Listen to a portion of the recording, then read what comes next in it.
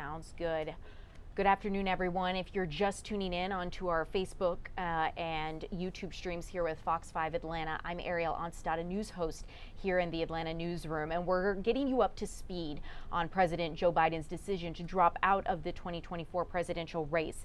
We have a lot of reactions pouring in, a lot of different things happening at this time. Of course, we're keeping all of that information straight right here in our digital center, but I want to take you through, I think, what is probably a key thing on everyone's minds, and that is, what will the Democratic Party do now? What are the next steps for the party now that Joe Biden has dropped out of the race? So I want to take a look on X at Jamie Harrison's most recent tweet. He is the chairman of the Democratic National Party.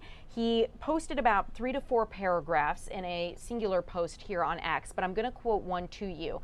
He says, quote, "Democrats are prepared and united in our resolve to win in November. As we move forward to formally select our party's nominee, our values as Democrats remain the same: lowering costs, restoring freedom, protecting the rights of all people, and saving our democracy from the threat of dictatorship. We have and will continue to make this case to the American people. In short order, the American people will hear from the Democratic Party on next steps and the path forward for the nomination process," end quote. So this is something that he is stopping short of saying the Democratic Party is going to endorse any one candidate. We have to stay tuned till the Democratic National Convention in August to learn those details, but we are learning that the Democratic Party is working to resolve some of these next steps and taking a look at what is to come. Of course, we do know that when President Biden dropped out, he posted a letter to his Twitter account around 1:45 this afternoon outlining his decision to drop out. And in a follow-up tweet to that, he also endorsed Vice President Kamala Harris, saying he would be throwing his support behind her candidacy for the presidency. In President Biden's letter, he wrote a heartfelt thank you to the American people for allowing him to serve. He said it's been an honor to serve the American public. And in the first paragraph of his letter, he also outlined various accomplishments he believed has made life better for the American people. Things like lowering prescription drug costs, he says, for seniors, as well as passing climate change reforms, among other policies.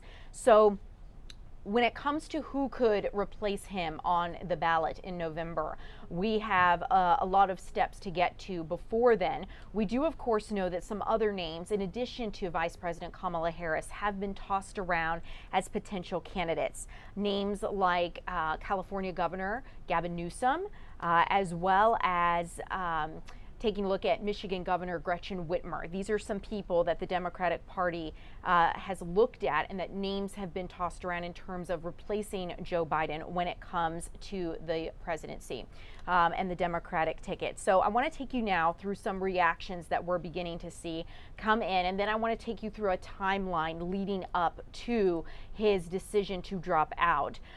We have not seen anything on the Twitter account of former President Barack Obama. We do, however, have a statement from former President Bill Clinton and Secretary Clinton, in which they thanked Joe Biden for his service, and they say that they will be honored in joining President Joe Biden in endorsing Vice President Kamala Harris. We also are looking at reactions from Biden's family. His granddaughter Naomi Biden posted a heartfelt message on her Twitter account as well, thanking the president for his service and saying that President Biden served the American people well. California Governor Gavin Newsom also posted saying that President Biden has been an extraordinary history-making president and a leader who fought hard for the working people and delivered astonishing results for all Americans. So a lot of these reactions we're tracking on X. Those are some right from the Democratic side. We know that Jamie Harrison, chairman of the Democratic Party, says they will be paving a way forward soon for the party. And in the letter that Biden posted, I think it's important to note he didn't actually say why he was deciding to drop out of the race. He said he would be addressing his decision to drop out at a later date this week. We'll continue to keep you updated on that, of course, but it is something that we've been looking at because he didn't exactly say why he dropped out. He just said that he would let us know and that would be coming, but he thanked the American public and outlined what he believed to be some of his best policy accomplishments for the American people. I I want to take a look at some Republican reactions, and then I want to move on to a timeline so that way you know a little bit about what has led up to this decision. So taking a look now at some of the reactions around 1:30, about 45 minutes after President Biden posted that letter on X, we were able to see former President Donald Trump's post on Truth Social. And I'm taking a look now at what he had to say. So bear with me a moment while I scroll in. He posted this around 2:29 this afternoon, and the former president said that Joe Biden was not fit to run for president and is certainly not fit to serve and never was. And he says, quote, "Look what he's done to our country with millions of people coming across our border, totally unchecked and unvetted. Many from, as he says, prisons, mental institutions, and a record number of terrorists," end quote. Now, of course, former President Trump goes on to say that we will suffer greatly because of Joe Biden's presidency, but will remedy the damage once former President Trump is elected. That is, again, according to former President Trump's post on Truth Social. And about 4 hours before Biden dropped out, which is interesting. Again, keep this in mind. 4 hours before President Biden posted publicly, Vice presidential candidate for the Republican Party, J.D. Vance, posted, "If Joe Biden ends his re-election campaign, how can he justify remaining president? Not running for re-election would be a clear admission that President Trump was right all along about Biden not being mentally fit to serve as commander-in-chief. There is no middle ground," end quote. That is, of course, again, from Vice presidential candidate J.D. Vance. So we're looking at some of this reaction as it comes in from both Republicans and Democrats to this historic decision from the president to step down and not continue to pursue the Democratic ticket for president. He, of course, will continue to serve his term as president of the United States, and he says he will be putting his support and endorsement behind his vice president, Kamala Harris. And it's, of course, been an incredibly historic week. So before we go into the timeline of what led up to President Biden deciding to drop out of the race, I want to take you through this historic week and some of the things that, of course, we've been looking at. If you're just joining us on this stream, both on Fox 5 Atlanta's YouTube as well as our Facebook, welcome. It's so good to have you along with us. If you've been rocking from the beginning, thanks for sticking with us. We're about to go into a timeline as to what led up to this. I'm Ariel Onstadt, a news host right here for Fox 5 Atlanta, and I'm here in the Digital Center. We're taking a look at reaction and new information as it rolls in, keeping you updated. You're figuring things out with us as we figure them out. So we're in this together as we go along.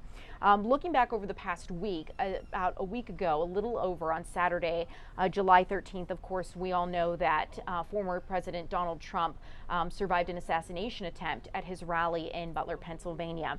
And it's been since then that on Wednesday, President Joe Biden also contracted COVID-19. He tested positive before a campaign rally in Las Vegas. And since then, he's been isolating at his home in Delaware. His doctor says he's in good shape. He's on his 6th dose of antiviral medication for COVID, and that he has symptoms, but his vitals are good and he is recovering. But the Biden campaign was reassuring voters as late as Friday that the president would be on the campaign trail this week. And obviously that is now not the case. But the president, with his decision to drop out, is ending a little bit of what we were all looking at, which was this idea that he was going to continue on the campaign trail once he got the all clear from his doctor due to that COVID-19 diagnosis. So looking at the timeline of events, going all the way back to the beginning, this really started with the June 27th presidential debate right here in Atlanta. We, of course, know that former President Trump and President Biden had a debate, and the day after, President Biden admitted he suffered a dismal debate performance. He admitted that he was not at his best and did not deliver what he thought was a good debate performance, to put it mildly. So on July 2nd, Biden said that he was jet lagged. He was offering an explanation for his debate performance. And since then, the calls for his dropping out of the race have only intensified. At first, of course, it was members of the Democratic Party, but then that quickly ramped up to congressional members of the Democratic Party, as well as actors and other celebrities within the party, even former President Barack Obama saying that President Biden should step aside. So on July 3rd, the New York Times did a report on Biden withdrawing 6 days after the debate, in which Biden told an anonymous key ally that he knew he may not be able to salvage his candidacy. July 3rd, though, he then vows to stay in the race. So despite the reports that he was considering withdrawing, we know that he said he was resolute and he was going to continue running for re-election. July 9th, a neurologist exam records were questioned. The White House said that the president saw a neurologist at the White House January 17th, and the results of which were later reported as part of his annual physical more than a month later. So there was some discrepancy there, because according to the logs, it was the only meeting between the president and his doctor reported between July 23rd and this past March. And it's come under scrutiny because the White House doctor visited about 8 times in that time frame. So the repeated presence of the doctor, Dr. Kevin Kennard, at the White House has caused a lot of people to speculate as to why he was there so often in that time frame. On July 10th, Nancy Pelosi, Speaker of the House, stopped short of endorsing President Biden for the presidency. So while she didn't offer outright support for him to stay in the race, she didn't call for him to exit either. We move on to July 11th, and it's at this point that President Biden is presenting a scenario in which he would drop out of the race, and it was a news conference at the close of the NATO summit in Washington. He was asked whether he would step aside, and he said that he would not, but then as the conversation progressed, he said that he kind of hinted at the potential of his presidency maybe struggling, his candidacy for the presidency struggling, and limited polling available also suggested a competitive race with him and Trump, and there was a sign that he was beginning to consider new opportunities in various scenarios. So then July 17th, that same day, he tested positive for COVID-19, and he self-contained himself to his home in Delaware. By July 21st, where we are today, he has dropped out of the race as of 1:45 this afternoon. He announced that in a letter. And again, he, in that letter, did not say why he decided to drop out. He did not give context for his decision in terms of what ultimately made him publicly announce his decision to not pursue the Democratic nomination. But we do know he will address the American people at some point later this week on that decision. That's something he said in his letter that he would do, so we will stay tuned for that. In the meantime, the chairman of the Democratic National Party says that he will be reviewing things. There's a lot of factors to consider, but that the Democratic Party is resolute in its path forward, and that they still have a plan to win in November. So I know a lot of voters are curious as to what that is, and we will let you know as soon as we have that information. July 29th, so looking ahead now into the future, there was a big Biden-Harris fundraiser planned at Martha's Vineyard in Massachusetts, and it was, of course, set to feature some special guests like talk show David Letterman was going to MC this event, and Hawaii Governor Josh Green was also going to be in attendance. And as of now, that event will no longer stand with Joe Biden being the presidential candidate to be fundraised for, which brings us to an excellent question. Now that Biden has dropped out, what happens to his campaign funds? If you're just joining us, I'm Ariel Onstadt, a news host here for Fox 5 in Atlanta. Thanks so much for being with us. We're here up on YouTube and Facebook for Fox 5 Atlanta, keeping you updated on the decision. You're figuring out information with us as we figure it out here in real time at the Digital Center desk.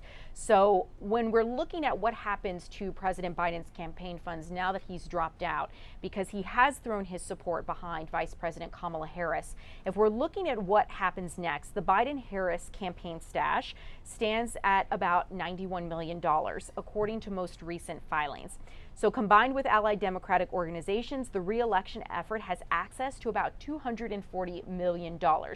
A lot of people are asking if he's obviously endorsing Kamala Harris. Can she take this money? The answer is yes, but with some caveats, as you might expect. So because the campaign funds were registered with the Federal Election Commission in the names of both candidates, she could use these for her own presidential efforts if Biden were to drop out, and now that he has, it's possible she would. But the campaign would also have to agree to release these funds back to the donors.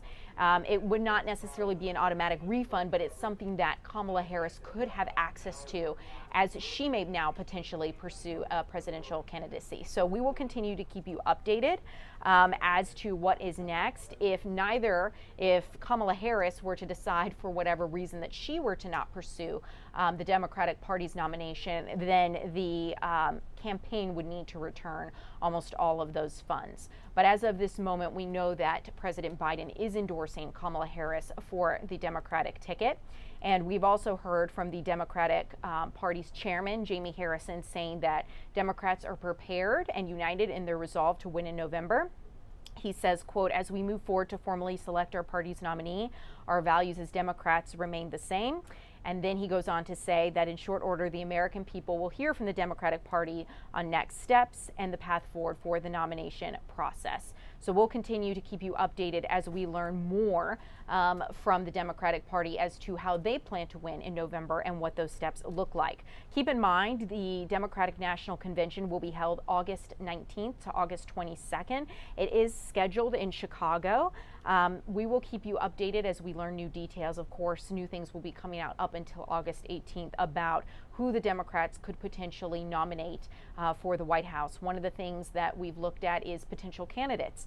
In addition to Kamala Harris, other names have been thrown about, names like California Governor Gavin Newsom, Michigan Governor Gretchen Whitmer. These are all people that the Democratic Party has speculated could replace President Joe Biden on the ticket if he were to drop out. And now that he has, we will see what is to happen next. But again, of course, the president is endorsing Vice President Kamala Harris for this effort. So we will keep you updated.